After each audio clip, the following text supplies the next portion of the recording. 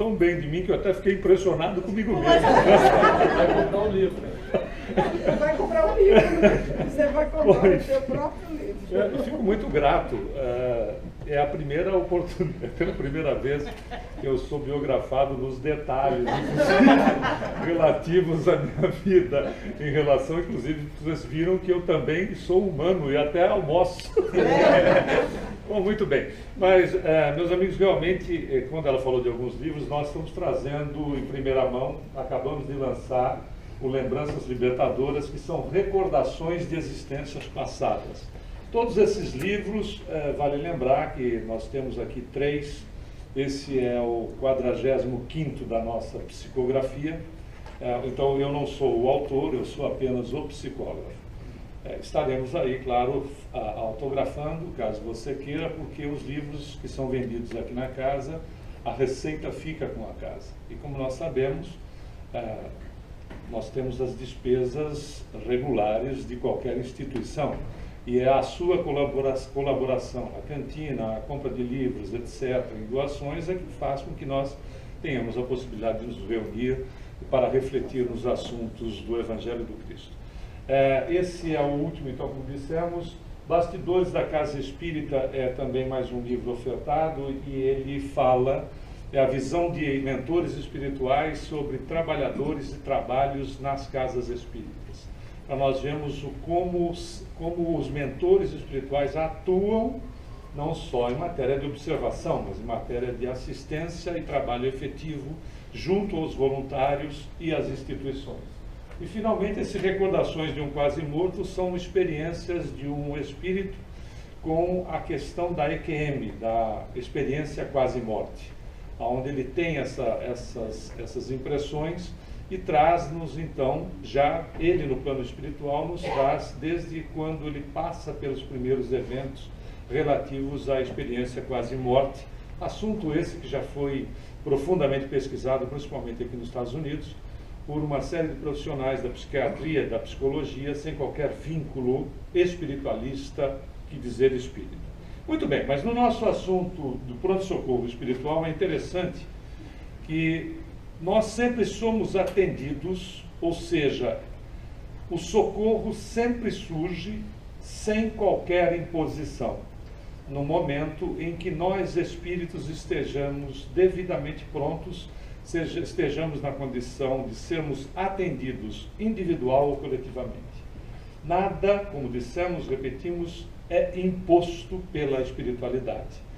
Temos o exemplo máximo disso em Jesus, que quando da sua passagem traz-nos o Evangelho como despertador de consciências, como roteiro de espiritualização, como verdadeiro farol de luz, quando ele traz-nos um processo de educação. Tanto é que são palavras do Cristo para o Pedro, e nós podemos encontrar registrado no livro Boa Nova, de Humberto de Campos Espírito, pela psicografia de Chico, quando ele diz: eu não vim para curar corpos, eu vim para curar o espírito. E a cura para o espírito se chama educação. E a educação, como nós sabemos, ela não é imposta. À medida que a criatura vá se conscientizando, ela vai recebendo de uma forma muito natural. É uma realidade. Vamos começar com os aspectos coletivos.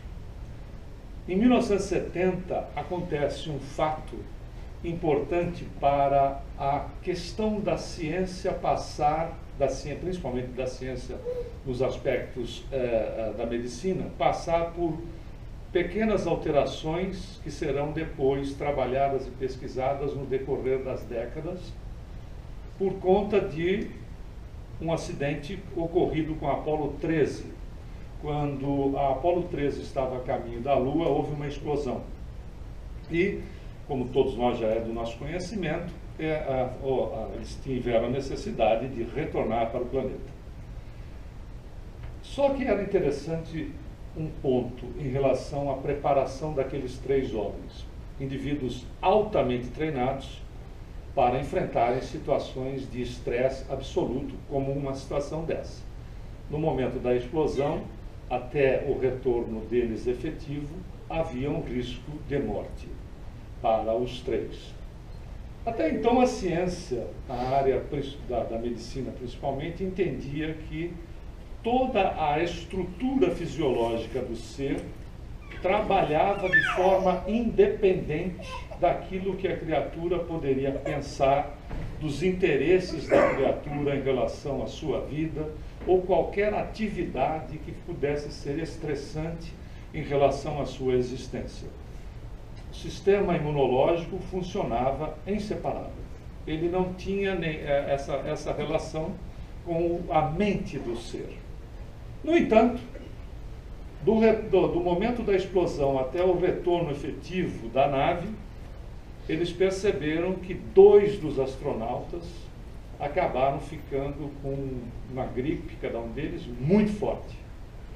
Acharam estranho isso e começaram a pesquisar o que poderia ter levado o sistema imunológico dessas criaturas, altamente preparadas, a, de repente, passarem por uma situação dessa natureza diante do problema que estavam administrando.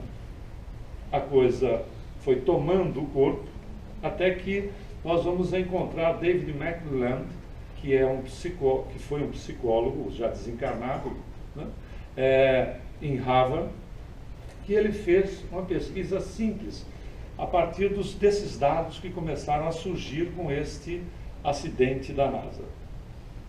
Ele chamou os seus alunos, como se nós estivéssemos reunidos aqui, numa sala de aula, e apresentou para os alunos um filme da Madre Teresa e das ações caritativas de Madre Teresa em Calcutá. Todos assistiram o filme impressionado, que realmente foi uma missionária, uma das tantas missionárias que vieram ao planeta e que revolucionaram pelas atitudes, pelas ações em relação ao atendimento dos mais carentes. Bom, assistido o filme, ele fez então, pediu para que fizesse exames do sistema imunológico dos alunos. E houve uma surpresa, que a imunoglobina A que é responsável, um dos responsáveis pelo sistema de defesa, estava altíssima no final do filme. Muito bem, aí ele fez o contrário. Ele então projetou um outro filme do guerreiro Huno Átila, que viveu no século III. Você pode imaginar o que o Átila fez no século III, historicamente. Imediatamente após o filme, ele pediu para que fossem realizados exames tais quais do primeiro. E a imunoglobina A, no sistema imunológico, havia despencado. Mas a coisa não parou por aí. Um cidadão em Stanford, eles acharam curioso esses tipos de experimentos e resolveram reunir uma série de enfermos com poliartrite. Reuniram uma série de pessoas enfermadas com poliartrite, que é uma dor na junta insuportável.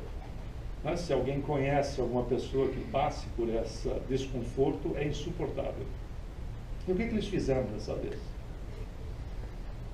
Veja como vão acontecendo episódios de uma forma sutil, sem que o plano espiritual nos imponha qualquer coisa e vá nos socorrendo gradativamente nas nossas necessidades. Vai se parecendo obra do acaso, não é verdade? Parece que as coisas vão acontecendo ao acaso, como se fosse possível nós termos acaso no universo e em todas as suas dimensões. Se nós encontrássemos o acaso na nossa própria vida, nós teríamos as leis de Deus completamente desequilibradas. É a mesma coisa, fazendo um parêntese, de achar que a composição do universo, deste que nós sequer conhecemos praticamente nada, tenha ocorrido por uma explosão. Ou seja, o Big Bang foi capaz de organizar leis e colocar toda uma estrutura. Nós falamos de universo, não vamos nem falar do nosso sisteminha ou da nossa galáxia. toda uma estrutura funcionando na mais perfeita ordem. Acreditar numa situação dessa natureza é a mesma coisa que você crer que o relógio que você usa, ele é exatamente fruto de uma explosão de uma relojoaria. Então um sujeito tem uma série de peças numa relojoaria, vai com uma banana de dinamite, bota lá, explode e você sai com um Rolex de ouro no braço. É tão ridículo quanto. Porque por trás do relógio tem quem? O relojoeiro. Por trás de uma composição desta magnitude, quem é que pode estar? Não é? Nós demos o nome de Deus, mas a questão da classificação é de interesse de cada um, aliás, de cada grupo e tudo mais. Mas tem que haver uma inteligência por trás disso tudo, que não vai agredir coletivo ou individualmente a sua criação, esperando que a maturidade aconteça e ofertando o socorro, ofertando as oportunidades de uma maneira sutilizada, dando a sensação, às vezes, de descobrir-se por acaso. Em Stanford pegaram, então, esses enfermos e fizeram todos os tipos de informações possíveis para que eles pudessem se tratar e minimizar os processos do seu desconforto, das suas dores. Foi interessante que eles descobriram que, apesar de todo o conhecimento técnico, etc., a enfermidade em si, ou o desconforto patrocinado por ela, não havia mudado. Mas descobriram uma coisa interessante, que aqueles do grupo que tinham, agora é conosco, bons amigos, relacionamentos sociais positivos, criaturas que tinham possibilidade de rir de si mesmos, criaturas que buscavam exercitar a felicidade, pessoas que eram positivas apesar da enfermidade, tinham uma redução sensível no desconforto da dor. Não é interessante? Mas a coisa também não parou por aí. Robert Adler, que foi um psicólogo de Rochester, ele fez o seguinte: ele começou a fazer uma análise aprofundada em relação às questões dos desconfortos das criaturas e começou a perceber que o sistema imunológico do ser é feliz quando o indivíduo é feliz e é triste quando o indivíduo é triste. A partir daí, começou-se a considerar os aspectos dos resultados do que a mente produz sobre si mesmo e o socorro que vem sendo entregue gradativamente, de maneira que nós, ao aprendermos a nos conhecer, podemos efetivamente transformar a nossa existência em momentos que se estendam em maior felicidade. Quando nós encontramos que a felicidade não é deste mundo, esta não é uma realidade.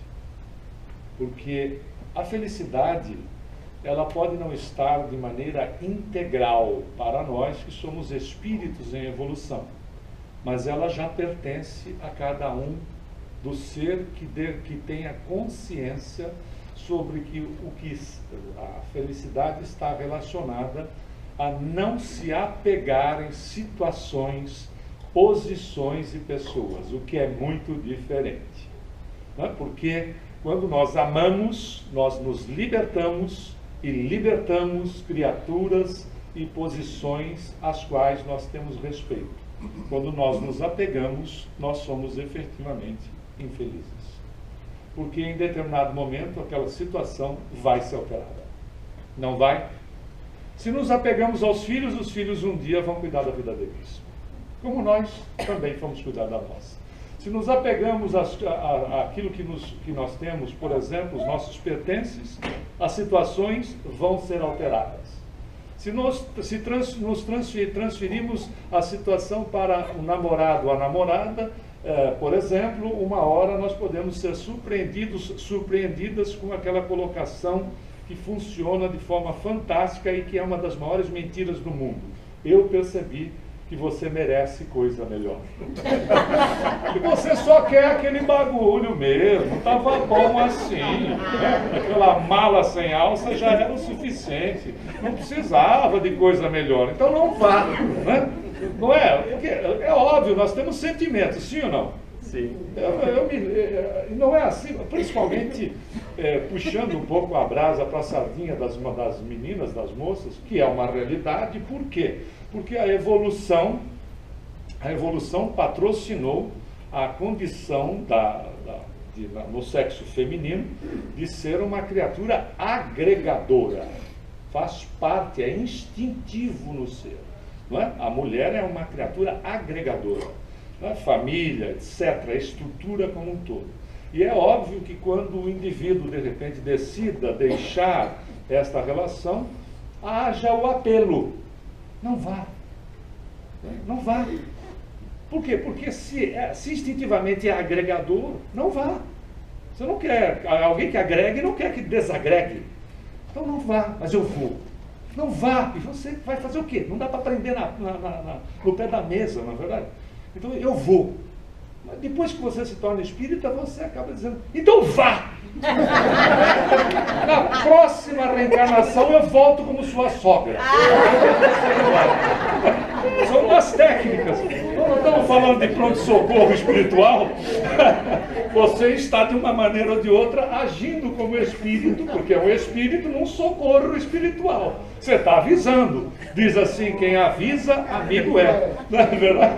Então o ponto, veja, nós somos atendidos coletiva ou individualmente, voltando então à nossa condição, sempre em todos os casos. E aí nós destacamos para as nossas reflexões situações simples, com criaturas que vivenciaram alguns momentos, para nós entendermos o quanto isso é factível na nossa vida.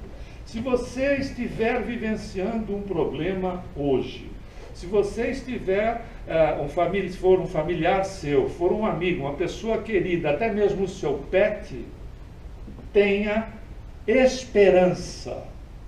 Mantenha a fé, porque a assistência sempre acontece. E fé, meu amigo, é exatamente isso. É como o Wi-Fi.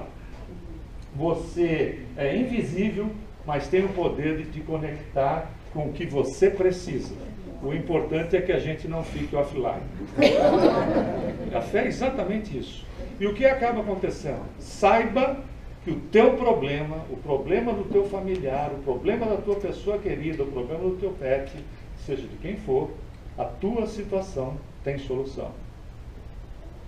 Porque nós somos filhos e filhas de um Senhor que nos ama integralmente, no qual nós, conforme Paulo vai dizer em sua carta aos Coríntios, nós vivemos e nos movemos. E diz André Luiz, ilustrativamente, no Evolução em Dois Mundos, nós vivemos no hausto do Criador. Nós vivemos na respiração do Criador. Somos por Ele sustentados, sem termos, por vezes, sequer consciência do fato, como o peixe é sustentado no líquido que vive e lhe dá toda a vida e não tem noção de que o ambiente em que reside é o sustentáculo da sua existência. Somos para a divindade exatamente como o peixe no oceano. Nós não somos em absoluto abandonados. Jesus vai nos ensinar a respeito. Das ovelhas que meu Pai me concedeu, nenhuma se perderá. Seremos sempre atendidos. Então, mantenhamos os aspectos da fé viva em nosso coração, acreditando nos nossos potenciais, para podermos fazer a ligação, não? E ter essa relação com a divindade. Para isso nós trouxemos alguns poucos exemplos, como dissemos, um deles está aqui. Acho que talvez você já o reconheça. No meio espírita ele é muito conhecido, porque foi considerado o Kardec brasileiro. Esse é o Dr. Bezerra de Menezes, aos 35 anos de idade, em foto descoberta no Arquivo Nacional recentemente. E o Dr. Bezerra de Menezes, segundo informações, do livro 13º Apóstolo, pode muito provavelmente ter sido este 13º, que era exatamente o Zaqueu, aquele baixinho, pequenininho, que Jesus estava passando, ele não conseguia ver, ele subiu num sicômoro, que no Brasil é conhecido como Figueira Brava. Ele subiu para ver Jesus. E Jesus, que literalmente escandalizava o status quo, quebrando paradigmas, vira para Zaqueu, que era um coletor de impostos, na verdade considerado um homem de má vida, e na frente da multidão diz: Zaqueu, desce daí, que hoje eu vou pernoitar na sua casa. Para o... Não é verdade? Para o incômodo dos tradicionalistas, ele vai, entra e Zaqueu fala a respeito dele mesmo, dizendo da maneira que ele se portava diante das situações que por vezes ele se descobria como uma criatura que havia prejudicado a outra. E ele diz: aquilo que eu fiz, eu faço, eu recompenso o indivíduo em 2 vezes pelo prejuízo causado. E Jesus vira para ele, o indivíduo considerado de má fama, e diz: hoje a salvação entrou nesta casa. Significa que aquilo que nós estivermos envolvidos, ou já estivemos, daqueles aspectos que um dia nós nos equivocamos, um pouco ou muito, significa que o Senhor diz para nós em todos os momentos, como um verdadeiro socorro espiritual: hoje, e não foi ontem, hoje, agora, a salvação no sentido da conscientização, entrou, não é na sua casa, entrou na sua vida. E não é no sentido daquela salvação que é exteriorizada, aspectos de ligação com o sacrifício dos outros. É conscientização sobre nós mesmos, aquilo da onde nós viemos, o que estamos fazendo aqui e as nossas propostas no hoje para relacionada com o futuro, porque somos hoje o resultado dos nossos pensamentos de ontem e seremos amanhã o resultado dos nossos pensamentos do hoje, em aspectos que nós já tratamos logo de início, a começar da manutenção do equilíbrio do corpo físico, ou seja, do nosso soma, do corpo, da questão de mantermos a saúde o mais equilibrado possível na nossa vida. E tendo a possibilidade de sermos atendidos em situações que são, por vezes, as mais simples. O Bezerra, você também vai encontrar essa personagem no livro Ave Cristo, de Emmanuel. Ele é a personagem de Apio Corvino. E no Brasil, ele vai trabalhar pela causa espírita, sendo, inclusive, entre outras coisas, presidente da FEB, Federação Espírita Brasileira, quando a sede ainda era na capital do Brasil, no Rio de Janeiro. Essa era a sede da FEB, e aqui há uma outra foto da pequena escadaria que conduzia ao 2º andar. Esta situação da FEB tem história para todos nós. E nós começamos com um dos exemplos de atendimento, de socorro, que por vezes nós vamos receber da forma mais simples possível. E ele, fato de ser simples, é naturalmente efetivo. Dr. Bezerra fazia palestras aos domingos, como nós estamos aqui reunidos no dia de hoje. E ao término da palestra, ele descia as escadarias, não é, que são uma pequena escada do salão de palestras, quando ele foi abordado por um rapaz, que chegou para ele e disse: doutor, eu gostaria de fazer um pedido. Eu estou desempregado. Lembra-se que o Dr. Bezerra desencarnou em 1900. Eu estou desempregado, a minha esposa está doente, e nós estamos, tanto eu com a minha esposa como meus filhos, nós estamos passando por necessidade. Nós não temos sequer o que comer em casa. E o Dr. Bezerra, sempre muito objetivo, botou a mão nos bolsos de calça e paletó, e como ele doava tudo que ele tinha, chegou a doar até o anel de formatura, imagina que naquela época um anel de formatura de medicina, não era apenas a questão do valor comercial, mas do valor de relação, de sentimento com a questão. Ele havia já doado, inclusive, com uma senhora viúva para sepultar o próprio marido, que não tinha dinheiro para o caixão e demais detalhes das exéquias. E ele, às vezes, ele morava no bairro da Tijuca e a FEB ficava no centro do Rio de Janeiro. E ele ia de bonde para casa. E como às vezes ele doava todo o dinheiro que ele tinha no bolso, ele tinha que ir a pé até a Tijuca, porque não tinha dinheiro para pagar o bonde. E ele botou a mão no bolso e disse, eu não tinha nada. Essa é às vezes a nossa condição diante do problema, da dificuldade que nos assalta ou assalte a quem nós amamos. E ele, virando-se para o rapaz, disse assim, eu não tenho de material nada para te dar neste momento, mas se eu te der um abraço em nome de Nossa Senhora, você aceita? Ele não tinha nada. Ele disse, eu aceito, doutor. Aí ele abraçou o rapaz e disse assim, receba esse abraço em nome de Nossa Senhora, de quem ele era muito devoto. Ele disse, você chegando à sua casa, faça isso com a sua esposa e com os seus filhos. Dê um abraço em nome de Nossa Senhora. Simples assim. E o rapaz saiu com um abraço. E geralmente a gente diz, né? Fulano dá abraços. Se a gente colocar energia positiva no nosso abraço, no nosso bom dia, no nosso boa tarde, boa noite, nós podemos transformar a vida de uma criatura.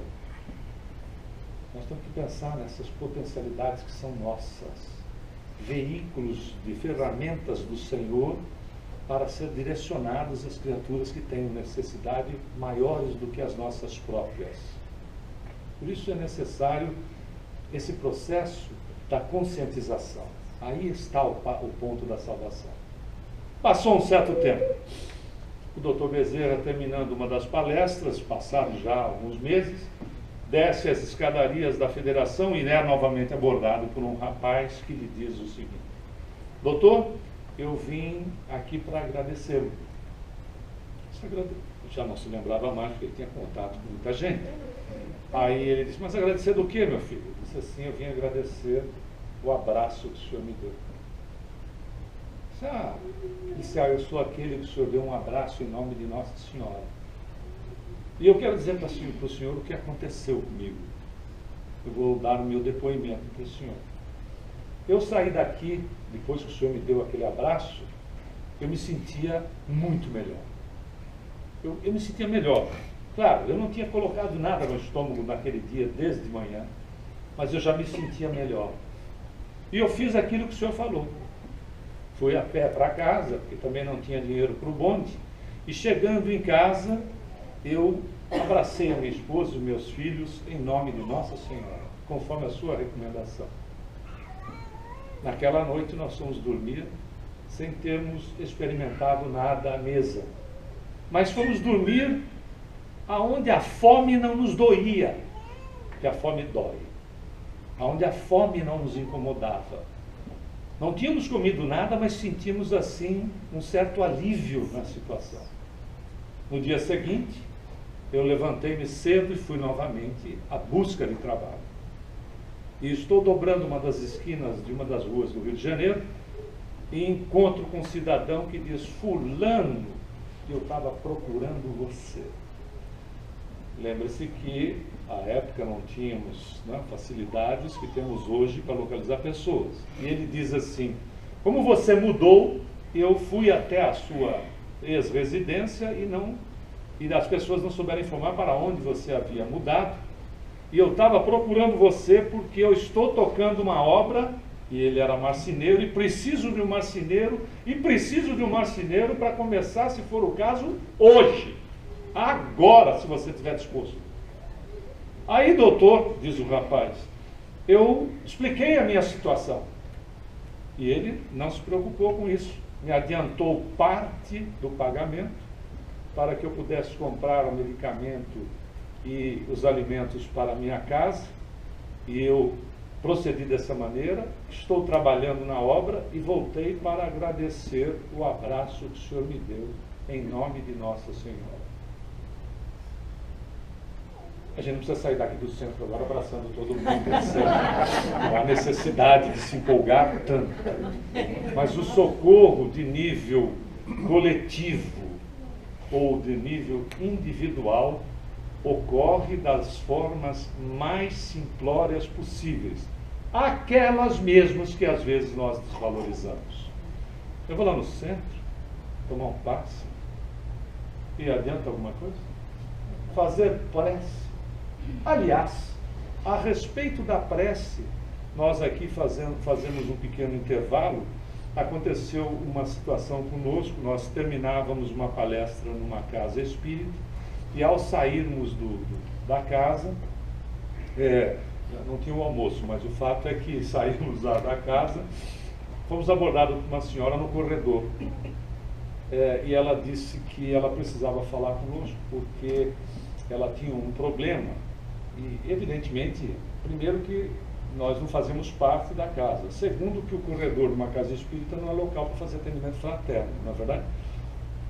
Ou seja, você não tem, claro, você pode ser educado ou educada, mas não, você não tem uma estrutura, você tem uma estrutura especializada para atender a pessoa. E foi o que nós dissemos à senhora. A casa tem uma estrutura de atendimento que a senhora poderá relatar esse seu problema, etc. E com certeza eles vão encaminhá-la para uma assistência espiritual. Porque nem sendo da casa, como é que poderia atender e fazer encaminhamento de algo que não estava com conhecimento. Aí ela insistiu.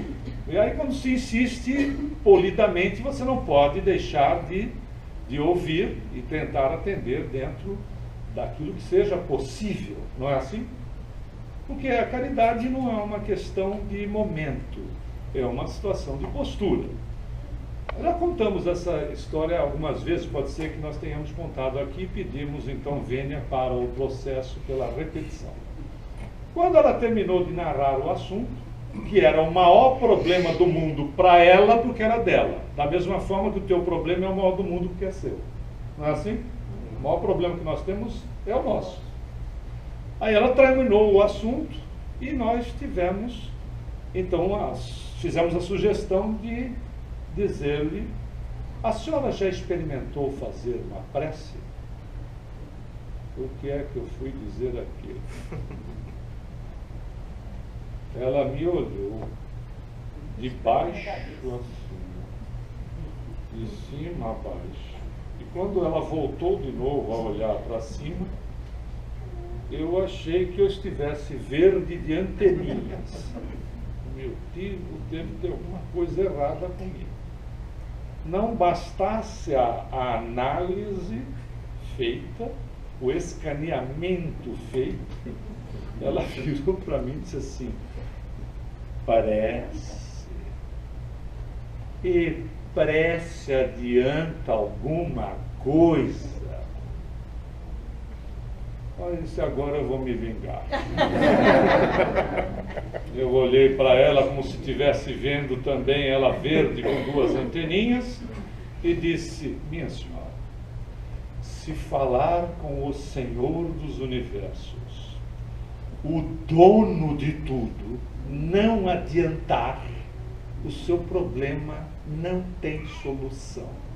Aliás, se não tem solução, solucionado está.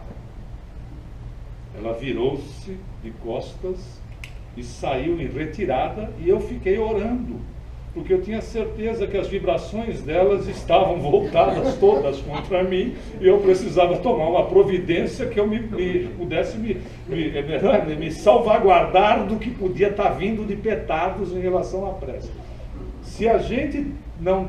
O elemento de ligação de socorro espiritual é falar com o Criador, que não precisa de intermediário, que não precisa de situação especial, que não precisa de momento, de palavras decoradas, de coisa alguma, porque a assistência acontece exatamente pela simplicidade da nossa colocação em relação àquilo que nós estamos naquele momento com maior necessidade diante do fato que nós estejamos vivendo.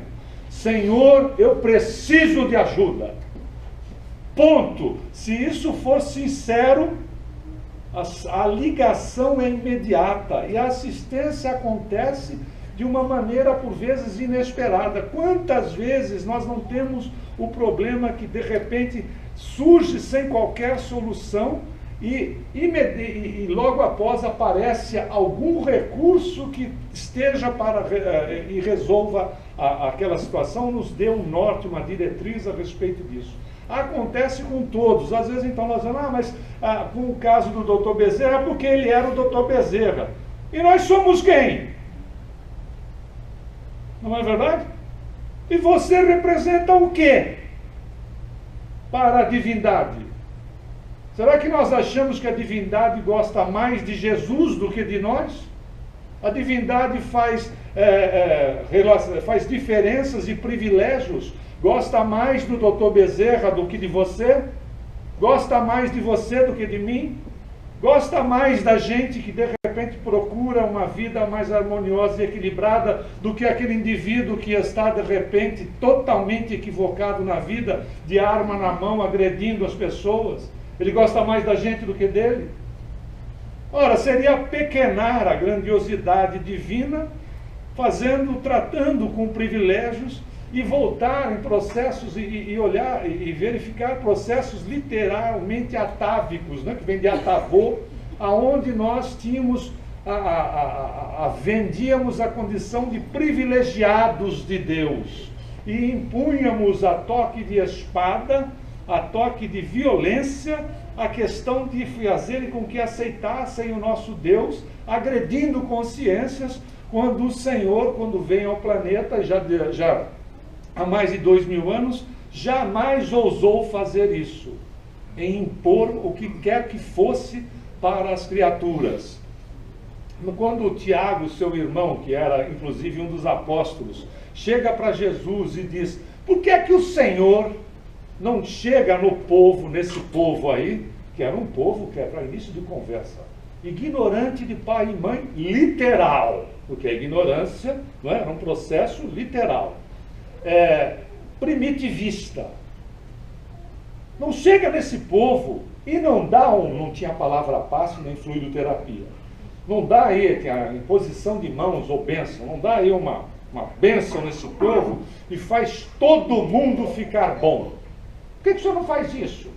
A gente podia perguntar isso para a dona José, para a Simone. Por que você não vem aqui e não dá um passe nesse povo e sai todo mundo bom daqui?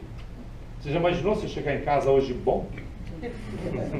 Você vai abrir a porta até com mais calma. Se as pessoas estiverem lá, você diz: oi,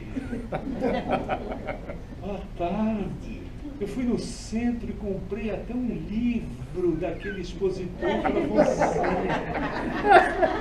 Se você está morando sozinho ou veio com a companheiro ou companheiro, você pode fazer isso com seus obsessores que estão lá te esperando, confortavelmente instalados, de repente, não é verdade? Porque a gente acha sempre que tem que ter obsessor, que é a nossa terceirização que a gente usa. Mas o fato não é uma realidade. Aí Jesus pergunta para Tiago: você, Tiago, já implementou o reino dos céus no seu coração? Significa dizer, você já deixou de ser egoísta, orgulhoso, vaidoso, fofoqueiro? Não tinha essa palavra, a gente está adicionando. Fofoqueiro, não é? Ou seja, intrigante, e qualquer outra coisa dessa natureza. Você já deixou? Eu disse: eu não, Senhor. Então como é que você quer que eu faça isso com as pessoas? Veja que Tiago andava com ele, era irmão dele. Como é que você quer que eu imponha isso nas pessoas?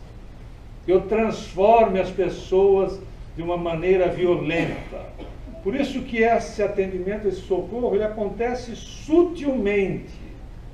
Às vezes uma página. Às vezes alguém que cruza conosco e nos fala determinada coisa e nós nunca vimos aquela pessoa na nossa frente, por um sonho, um alerta de amigo espiritual, algum processo intuitivo de situações e experiências que temos em nós, inspirações de amigos espirituais, um colega que de repente trabalhe conosco, alguém que nos se relacione, uma atitude que nós vejamos, é o socorro que está sendo trazido sem que sejamos violentados, na condição de termos o direito de escolher ou não. Prece. Mas o que eu vou dizer? Prece adianta? A pergunta é, você quer o socorro ou não quer? Porque é uma opção. E essas situações, trouxemos mais uma dessa dupla aqui. Você deve conhecê-los, né? Deve se lembrar deles. O Chico e o Valdo Vieira. Tem uma situação muito interessante entre esses dois, que participaram de atividades e trabalhos impressionantes. Um desses, por exemplo, trabalhos de materializações ou de aparições tangíveis, que é o nome técnico da irmã Josefa. Essa é a irmã Josefa materializada. Aqui você vê o Peixotinho, o médium doando ectoplasma, a irmã Josefa se materializando, o Chico ao lado, e aqui a irmã Josefa materializada. É uma pena que a qualidade das fotos eram muito ruins, porque aqui tem o rosto dela, inclusive o crucifixo, etc., em materializações, né, ou aparições tangíveis possíveis ao toque. Quem gostar de pesquisar o assunto pode procurar as fotos de Kate King, pela mediunidade de Florence Cook, pesquisada durante 4 anos por William Crookes, que foi Nobel 2 vezes na sua vida, além de ser presidente da Associação Científica ou da Academia Científica da Inglaterra. Vale a pena porque ele pesquisou durante 4 anos essas materializações. Tão absurdamente perfeitas que você vê um médico em determinada foto medindo a pulsação da entidade materializada. Nós que tivemos a oportunidade de trabalhar num centro e tivemos a oportunidade de assistir um trabalho de materialização e falarmos com a entidade, é algo que realmente impressiona pela beleza em si, mas não é espetáculo espírita, é porque você passa a ter contato diretamente com o espírito. Mas a história não é a da materialização, fora da profundidade do trabalho que envolveu essa dupla durante certo período, porque a mediunidade deles era impressionante. Chico recebia um capítulo de um livro e Valdo recebia o 2º capítulo do mesmo livro com a mesma entidade ao mesmo tempo. E por vezes as perguntas e respostas que Emmanuel dava para as pessoas que levavam para produzirem livros de perguntas e respostas, o Valdo respondia, por exemplo, a pergunta 1, o Chico respondia a pergunta 2 ao mesmo tempo. Às vezes em locais separados, o Chico em Pedro Leopoldo, o Valdo em Uberaba, o Chico psicografando o capítulo do livro, por exemplo, Evolução em 2 Mundos, o capítulo 11, o Valdo no mesmo momento psicografando o mesmo espírito André Luiz no capítulo 12. Foram verdadeiras maravilhas produzidas. Muito bem, mas tem um processo que vai acontecer aqui nos Estados Unidos na década de 60, durante 2 oportunidades, onde Chico visitou os Estados Unidos em 2 vezes durante a década de 1960. E na primeira vez ele até fundou o primeiro centro espírita na Carolina do Norte, da segunda ele veio para fazer a divulgação, aonde inclusive um livro psicografado por ambos aqui, que são entre irmãos de outras terras, eles iam lançar na Biblioteca Pública de Nova York. Então vieram ambos na viagem, porém, antes que saíssem do Brasil, o Emmanuel, espírito, o mentor de Chico Xavier, no intuito de atender, de socorrer o Valdo Vieira, veja, né, a estrutura de atendimento à criatura. Não é privilégio, é na tentativa de socorrer. O Emmanuel apareceu para o Chico, que via espíritos como nós estamos nos vendo, e disse para o Chico o seguinte: o Valdo Vieira vai deixar o espiritismo nesta viagem. E o Chico ficou abalado com essa informação, foi até falar com a mãe do Valdo. Disse: olha, o Emmanuel veio me dizer que o Valdo vai deixar o espiritismo. Imagina, eles trabalhavam juntos. Vai deixar o espiritismo nessa viagem que nós vamos fazer. A mãe dele do Valdo disse, não me diga isso, Chico, pelo amor de Deus, isso não vai acontecer. O Valdo está seguro na sua posição, não se preocupe. E ele disse, mas o Emmanuel me falou. E ela, claro, conhecendo a situação, ficou muito abatida. Durante a viagem, imagine, em 1960, você entrar dentro de um avião, eu ia parando, aquelas histórias. Durante a viagem, 2 ou 3 vezes o Chico disse para o Valdo, Valdo, o Emmanuel me disse o seguinte, que você, quando nós estivermos no lançamento do livro, vai aparecer uma loira estonteante, de nacionalidade russa, que vai encantar você. E você vai deixar o espiritismo por causa disso. Ele disse, deixa de falar bobagem, Chico, e vê se dorme. Disse, Valdo, Emmanuel está me dizendo que vai aparecer. Você pode ver como o demônio não aparece de vermelho com chifre vermelho.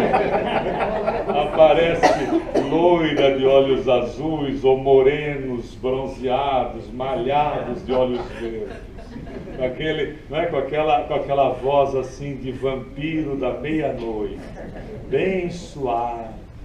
Nossa, como você está mais bonita hoje. Bem suave.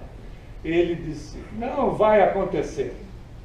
Chegou no dia do lançamento, quem apareceu? A loira, estonteante, médica, e o Valdo médico. Convidou-o a fazer um curso de extensão em Tóquio, no Japão, de 30 dias. Tem que ser muito espírita, hein? Para não cair em tentação, não é verdade? Tem que ser muito espírita. Aí não deu outra.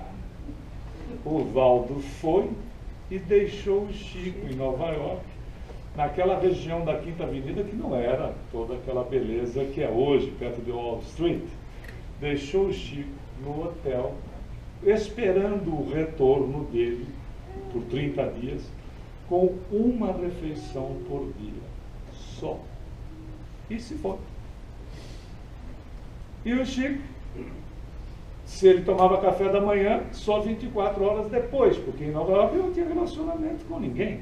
As pessoas tinham voltado, não tinha facilidades de ligar, incomodar as pessoas, pedir. Aí se tomava o café da manhã, 24 horas depois, o café da manhã. Se almoçava, 24 horas depois, o almoço.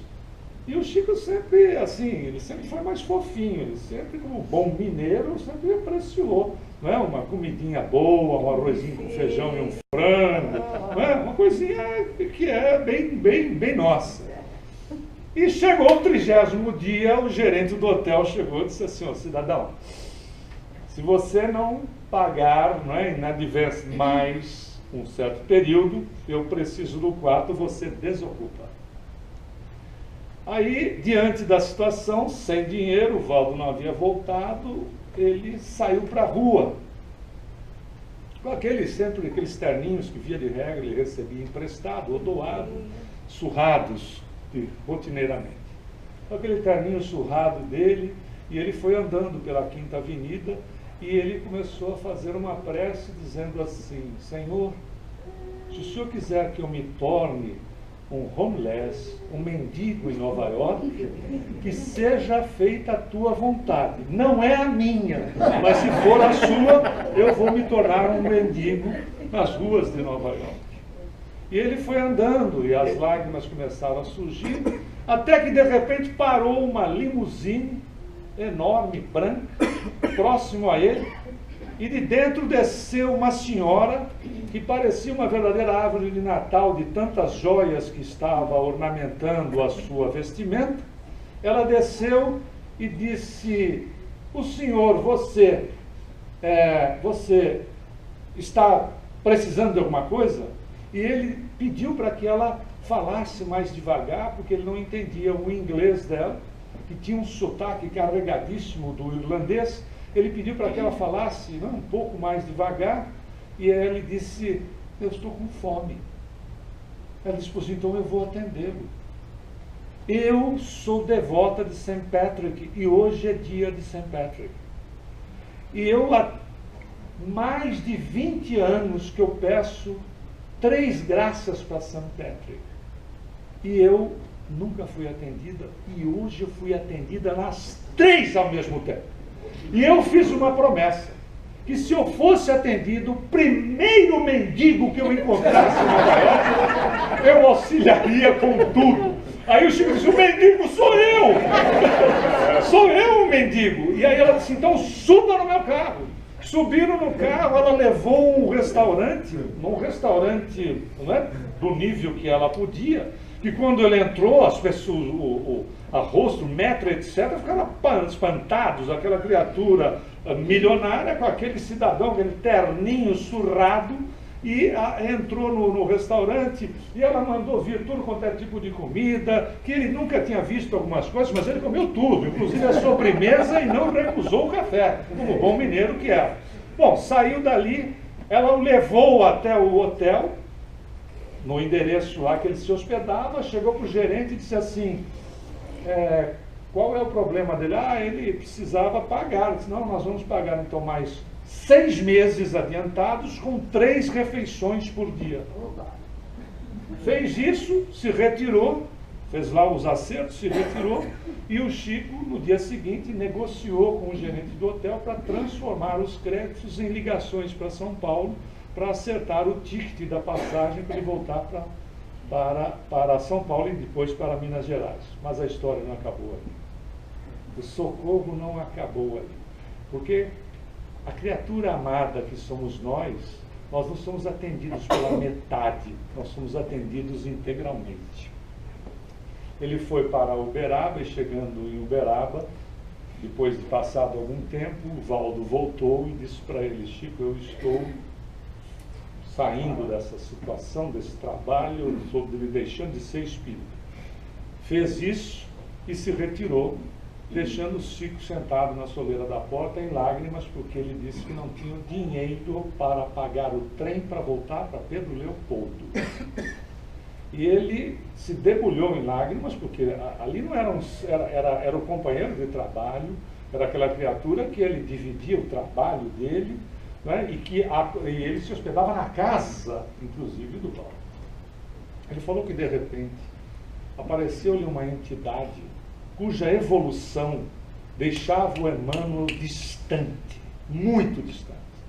E a entidade disse para ele o seguinte, Chico, eu vou fazer algumas perguntas para você e, se você puder, eu gostaria que você me respondesse. E começou com a situação dos 5 anos de idade. Quando você foi deixado na sua madrinha, que ela lhe surrou durante 2 anos, todos os dias, né, deixando a fome, passar fome, naquela situação ridicularizada o tempo todo, você se revoltou contra o Senhor? Eu disse, não, eu não me revoltei contra o Senhor. E aí ele foi colocando os problemas que o Chico passava, e a vida do Chico tem problema para dar e vender. E foi perguntando, e cada vez que ele colocava um problema, ele perguntava, você se revoltou contra o Senhor? Ele disse, não, eu não me revoltei contra o Senhor. O Senhor Jesus, essa é a referência. Aí, até que chegou no último ponto, e o Chico respondeu, eu nunca me revoltei contra o Senhor. Ele disse, pois eu venho em nome do Senhor para dizer-lhe que a partir de hoje não vai lhe faltar mais absolutamente nada. Imagina você receber uma entidade que vem em nome de Jesus para dizer para você que nunca mais vai lhe faltar coisa alguma. É esse o convite que a doutrina nos faz, e é o Jesus que sempre está à nossa frente, não o Jesus religioso, mas o Jesus mestre, dizendo, a partir de hoje, nunca mais vai lhe faltar nada.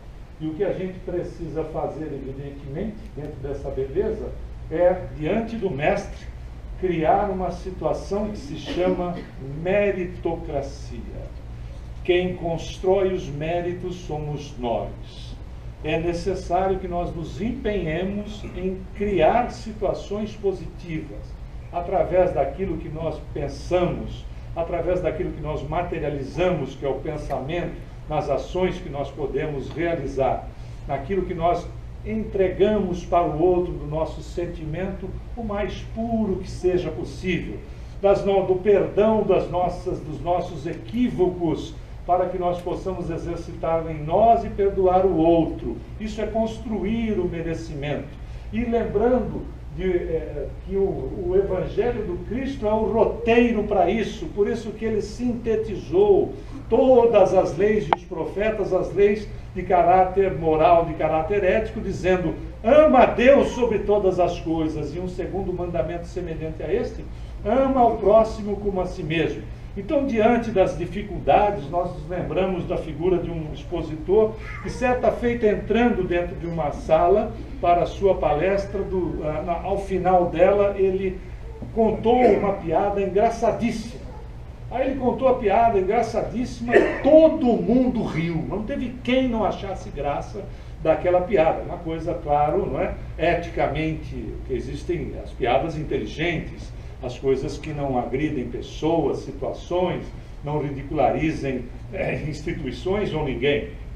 Então ele contou a piada, todo mundo riu, né? As pessoas realmente desopilaram o fígado. Aí ele pegou e contou novamente a mesma piada. E não teve graça. Aí ele contou de novo a mesma piada. E ninguém riu. Aí ele, virando-se para a assistência, disse: interessante como nós não rimos a segunda e a terceira vez de algo que nos é engraçado, de algo que é engraçado. Mas por que é que nós, sofremos com a mesma coisa várias e várias vezes?